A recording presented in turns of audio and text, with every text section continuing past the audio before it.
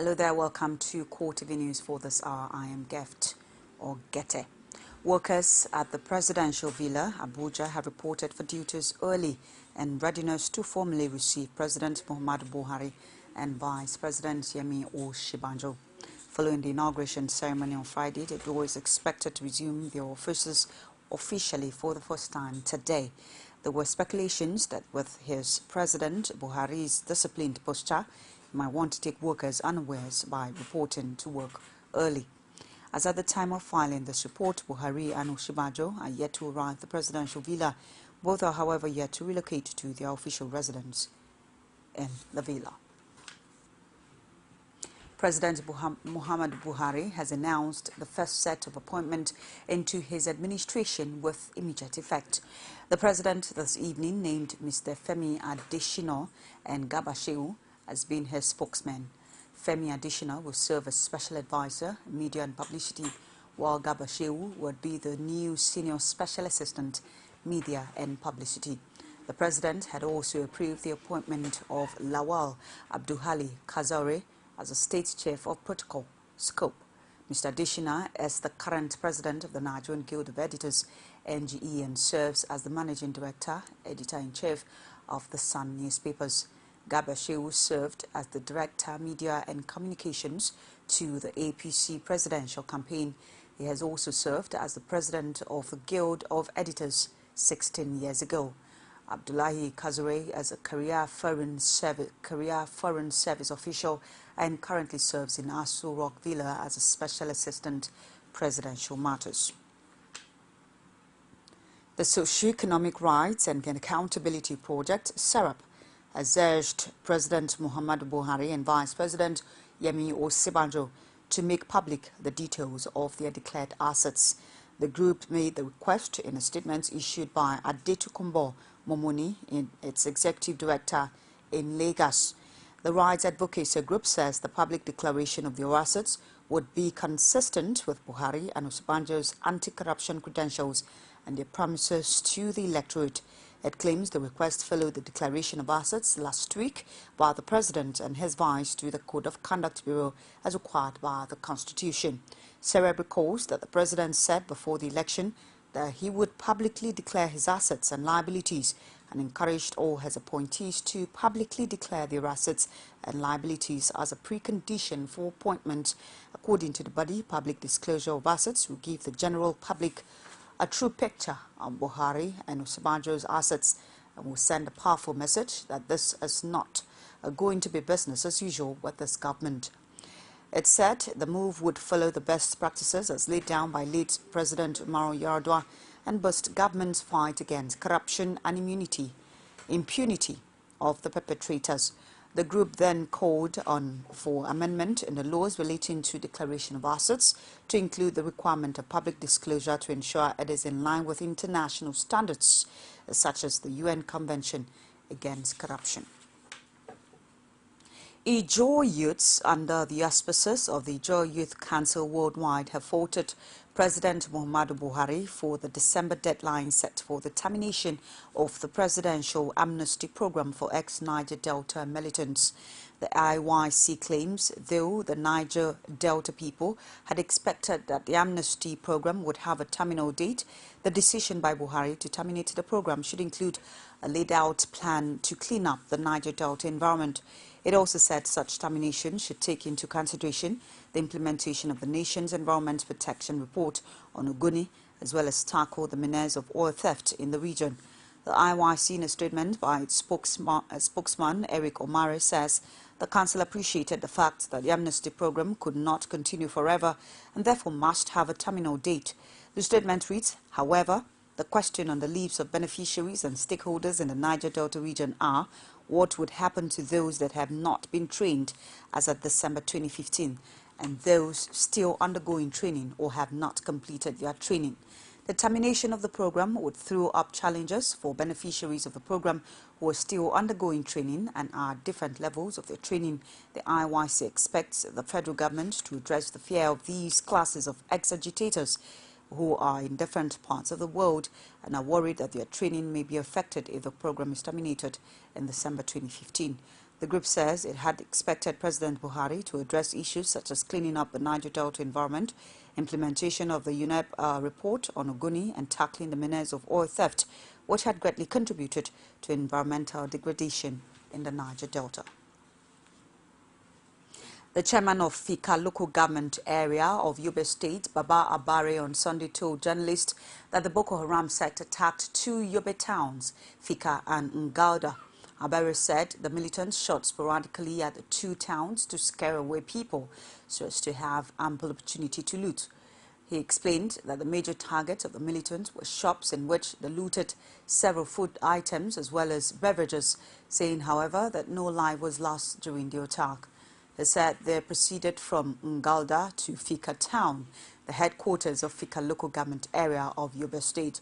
Mohammed said during the assault on Fika, the terrorists burnt down the local government secretariat, the magistrate court and the divisional police station. The policeman who spoke on the condition of anonymity said the attackers invaded the two towns between 7:30 and 9 a.m., looting several shops and cut away with several food items. He added that the militants stormed the area in two Toyota Hilux vans and took away several motorcycles which they stole in the area. The Yobe State Police Commissioner Marcus Danladi declined to comment on the attack, saying the military joint task force was the only body that was authorized to speak on such matter. An improved explosive device believed to be planted by suspected members of the Boko Haram sect has exploded at a popular market, the Gambo market in Maiduguri, leaving 4 persons critically injured. A member of a youth vigilante group in the town, Abamodu, confirmed this. In the last 48 hours, the Borno state capital has come under the attack of the terrorists no fewer than 3 occasions. On Saturday morning, the insurgents were repelled by the military when an attempt was made to invade the town. It was gathered that 16 persons were killed in the attack. On Saturday afternoon, a mosque located at the main market in the town, Monday Market, was attacked by a suicide bomber, during which 26 persons were reportedly killed and 28 others injured. The attack on Gambo Market, according to Modu, happened at about 1:30 p.m. This, he said, caused pandemonium in parts of the town as people hurriedly locked up their shops and fled for safety, while the streets were also deserted. Gambo Market is one of the markets in the city that has witnessed a series of deadly attacks by the insurgents in recent times. The Nigerian and Egyptian militaries are to partner on intelligence sharing and training to combat the threat by Boko Haram and Islamic State of Iraq and Syria terrorists in the two countries. The Egyptian Foreign Affairs Minister Sameh Shoukry, who said this in an interview with journalists in Abuja on Saturday, stated that President Muhammadu Buhari would soon visit Cairo for talks on military and bilateral relations between Egypt and Nigeria. According to him, Nigerian and Egyptian militaries would collaborate and work together to degrade the capability of the two terrorist organizations and end the security crisis in North and West Africa. The minister observed that Boko Haram and ISIS have the same objective, to overthrowing the governments in Nigeria and Egypt, stressing that it would take a robust partnership between the two countries to exterminate the terrorist groups. Shoukry explained that the Egyptian army had been tackling the ISIS terrorists with precision to reduce collateral damage, stressing that the fight against terrorists in Africa must be comprehensive and total. Hundreds of people at the internally displaced people camp in Abuja have called for fresh action by the new administration on the terrorist group Boko Haram to enable them return home. Many of them who have found refuge at the camp for close to 6 years complained of lack of attention by the government, save for the charity or religious groups who donate clothing and food items from time to time, surrounded by a thick forest. The IDP camp is complete with everything from utility store to market and recreation centers. Most of the camp's residents have been there for more than 6 years since the village Villagers came under attack by the Boko Haram insurgents, while others from surrounding towns have lived here for close to 10 years. The extent of the camp for several years is largely unchanged, but the population has grown and the residents wait in anticipation to see what the change in government would translate to in their lives. A former governor of Adamawa State, Admiral Murtala Nyako, returned to Nigeria on Saturday. Nyako, who arrived from London on a Lufthansa airline flight, landed at the Nnamdi Azikiwe International Airport, Abuja, around 4:42 p.m. The former governor was received at the airport by former governor of Gombe State, Senator Danjuma Goje, former governor of Zamfara State, Senator Sani Yerima, and son Abdulaziz, and other political allies. One of his aides, who spoke with our correspondent on a condition of anonymity, said Nyako decided to return to Nigeria following the inauguration of Muhammadu Buhari as president. Nyako fled the country following the controversy impeachment by the Adamawa State House of Assembly. His impeachment, which is still contested in court, was said to have been as a result of his disagreement with former President Goodluck Jonathan. The newly elected president of the African Development Bank, AfDB, Akinwumi Additional, says his emergence as the AfDB president would not have been possible without the support of the Nigerian President Muhammadu Buhari and former President Goodluck Jonathan. This is contained in a statement by Additional on Sunday, May 31st, which states, "I would like to give my special thanks to a few people in particular without whom this success would not have been possible. Former President Goodluck Jonathan for nominated me, his confidence and his steadfast, enthusiastic support. President Muhammadu Buhari for his strong endorsement and rallying support for us, and Dr. Ngozi Okonjo-Iweala for her vital role and tremendous efforts in delivering this successful outcome."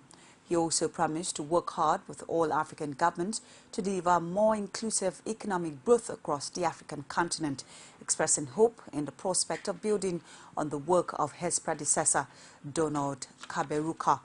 At the AfDB, the former Nigerian Minister of Agriculture was elected on Tuesday in Abidjan, the capital of Ivory Coast, where the African Development Bank annual general meeting held.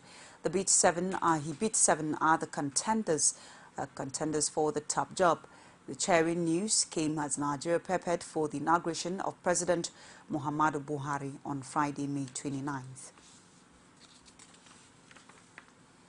The publisher of Orient Daily newspaper, Godwin Eme, on Sunday asked President Muhammadu Buhari not to appoint his cabinet members based on sentiment if he wants to genuinely fight corruption. Eme, who stated this in an interview with journalists in Abuja, explained that past leaders with good intentions in the country were usually let down by their cabinet members who were only interested in amassing wealth. He also noted that Jonathan meant well for the country and would have performed better than he did if he had appointed the right persons to work with him. A former managing director of the Nigerian Communication Satellite Limited, Sananiu Hamid Rufai, has asked the new administration of President Muhammadu Buhari to discontinue with the plan by the federal government to privatize the company. In a statement made available in Abuja on Sunday, Hamid Rufai said selling the satellite infrastructure to the private sector operators would have negative implications on the country's national security. He added that it was also wrong for the federal government to propose the sale of a satellite that was under a lien since the country had not finished paying a company that constructed the spacecraft. Nikomsat workers recently petitioned the former Minister of Communications Technology, Omobola Johnson, over the proposed sale of the company and alleged impending sacking of 150 staff of the organization. In a petition dated May 5, the workers under the aegis of the National Union of Postal and Telecommunications Employees said the manner the proposed sale of the satellite company was being rushed at the terminal end of the last administration left much to be desired. The workers contended that the viability of Ninkomsat would not have been an issue the federal government had directed government establishments to patronize Nincomsat rather than continue to patronize foreign vendors of satellite bandwidth services. It's CoreTV News on the hour. We'll take a break. Please stay with us. Every day of the week will bring to you divergent views on news making the headline. If people who commit crime are being rewarded with national honors, with national appointments, then where are we going in this country? It's not about whether it was Jonathan or whether you are going to have a Buhari. It's the kind of political structure we run. Sometimes it gets confrontational. We are talking about a Buhari who at 41 became head of state. The man did not exhibit the attribute of somebody that is strong intellectually. So, comrade, you're saying if you become governor, you're going to bring back Okada? Of course. You will bring back the market women on the streets? Excuse me, don't put words in my mouth. On Core Digest, we bring all of this to the court of public opinion, where you are the judge.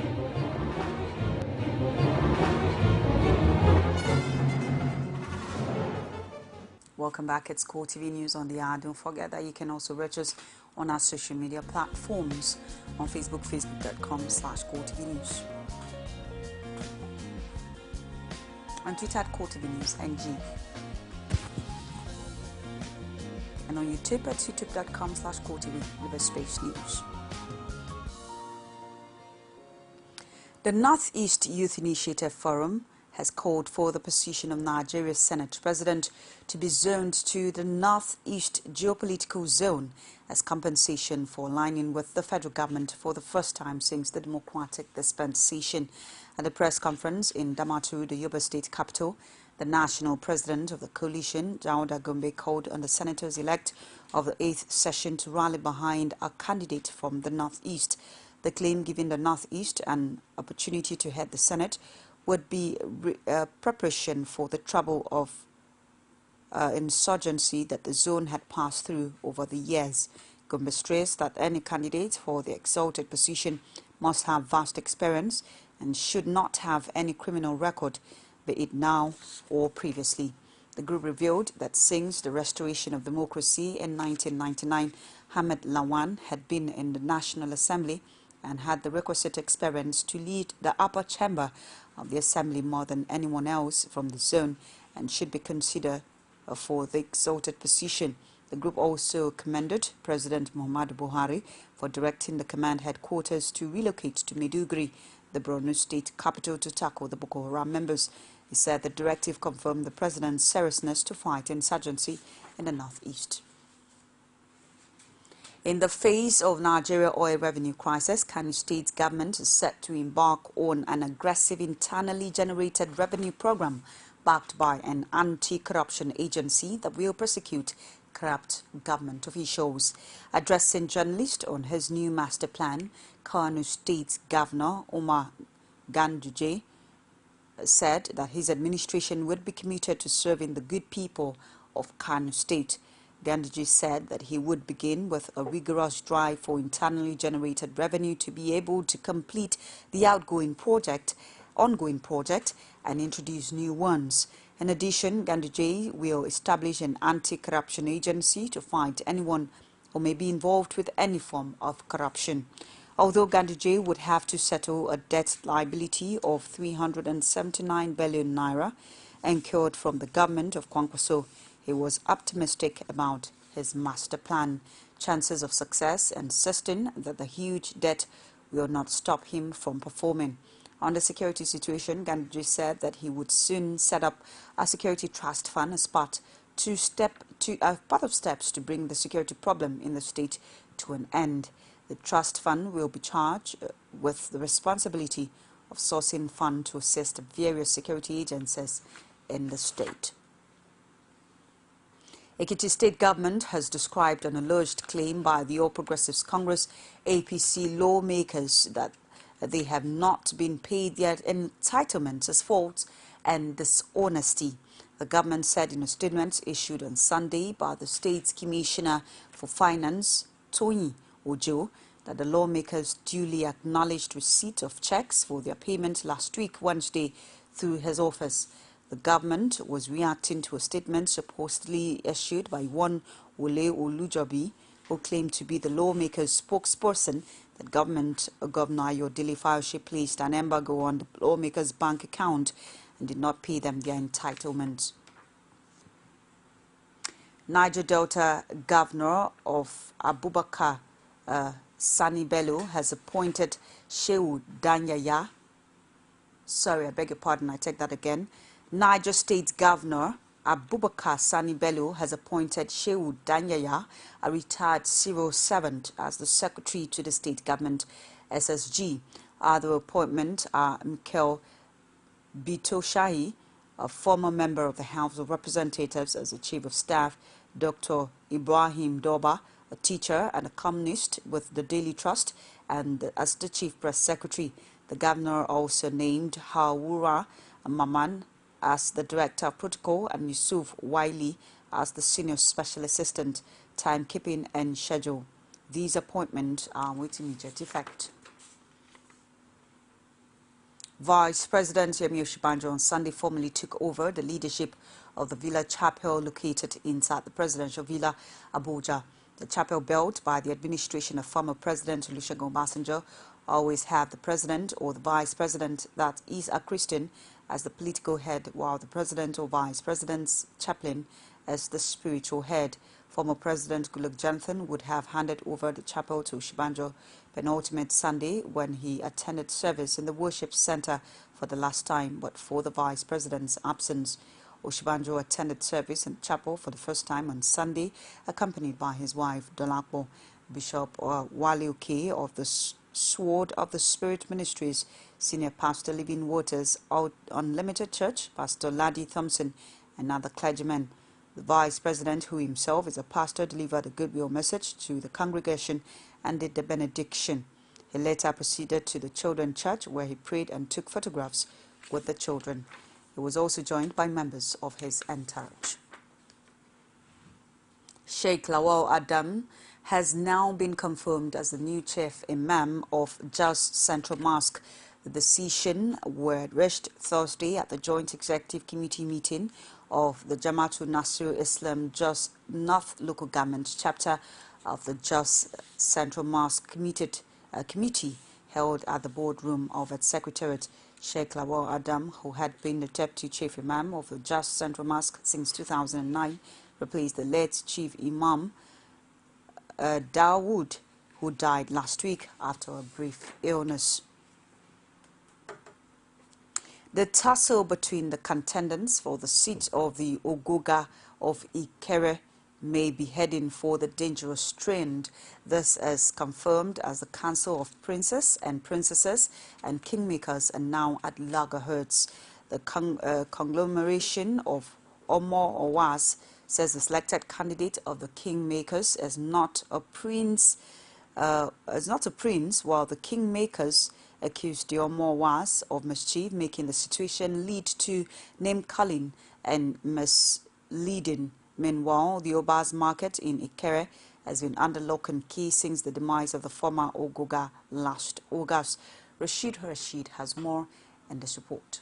Ikere Ekiti, the second largest town in Ekiti State, is no doubt a strategic point in the state, also being a one-town local government. But since the demise of the last Ogoga of Ikere, Oba Adegboye Akayejo, last August, there has been intensifying bids by princes of various ruling houses to occupy the vacant stool. But in the recent, the hither-to-private process is becoming public issue, with the stakeholders sharply divided. The Council of Princes and Princesses, alongside representatives of the three ruling houses, at a joint briefing rejected the selection of one Jimiadu, saying he is not a prince. But this was dismissed by James Ogunlade, secretary of the Ogbenote ruling family. Surprisingly, falsely claimed to be a member of the Ogbenote ruling houses, whereas he has no link with the Ogbenote ruling houses, and neither is he a prince. Gabriel Adu, father to Jimiadu, was once a family head, say around 70s.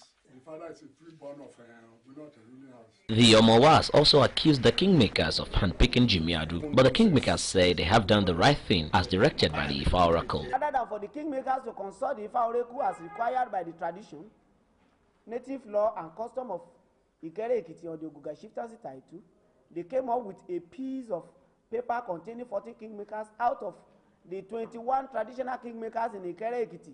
Voted, if I spoke, we wrote everything. The chairman, the secretary of the local government was there, and we packed everything, sent to Ado. As the Omowas accuse the kingmakers of bribery, the kingmakers insist they have chosen the right candidate, stressing that the supported candidate of the Omowas, Benga Aruliba, does not even enjoy the backing of his father. A transparent selection and appointment of a new Ogoga because of peace and progress, and in order to avert any violence, anarchy, and chaos.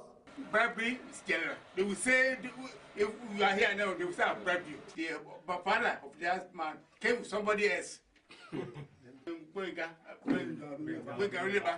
Somebody else came with the son father, came with somebody else. As the battle for Ogoga still rages on, the residents of Ikere appears to bear the brunt, especially those having shops at the Obas market, which must be closed upon the death of the king and to be opened only at the coronation of another. How long the shops will remain closed, only time will tell. Rashid, CoreTV News, Ikere Ekiti.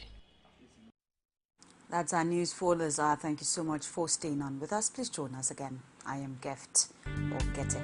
Good afternoon.